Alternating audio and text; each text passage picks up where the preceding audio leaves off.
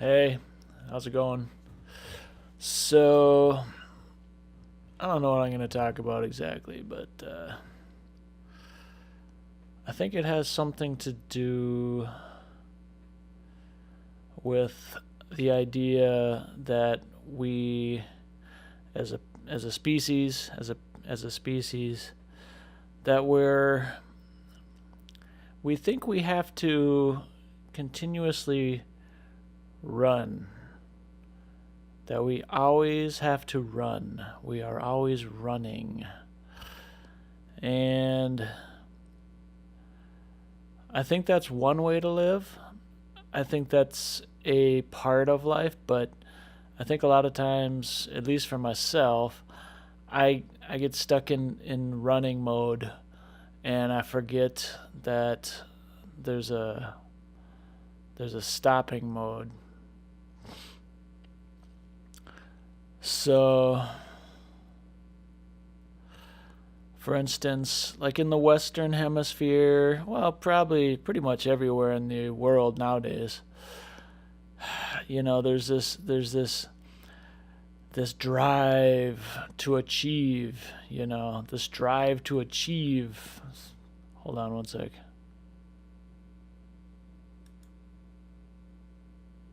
Okay. This drive to achieve. What the heck? Where's my camera? Oh, there we go. Sorry about that. All right. That's better. And that if you're not achieving, maybe nobody else will say it, but inside of you there's like this thing that's just like, oh, I'm falling behind, almost like a shark. Like a shark has to keep swimming, otherwise it runs out of oxygen. It has to get oxygen into its gills, otherwise it will die. So a shark has to keep going, keep going, keep going. And we don't have to live like that all the time. In fact, you look at like Buddhism and monks and all this stuff, and you think, oh yeah, but do I really want to be a Buddhist or a monk or whatever? They give up pretty much everything just to stop, so they can stop chasing or whatever, allowing whatever the mind is churning up inside of them to just continuously be following that.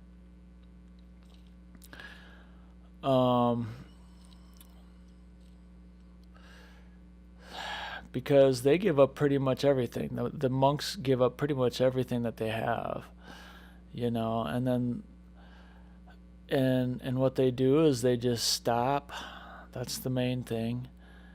And they meditate, and after a while you start to recognize that all the sensory data that was coming in is one part of the equation, and then the other part is the mind itself creates a lot of activity inside of the brain, and that neither of those things, the data coming in or the mind activity that's being created, are who you are. So you start to like disassociate with everything that's going on, and are they happier? I don't know, but they're doing a lot less.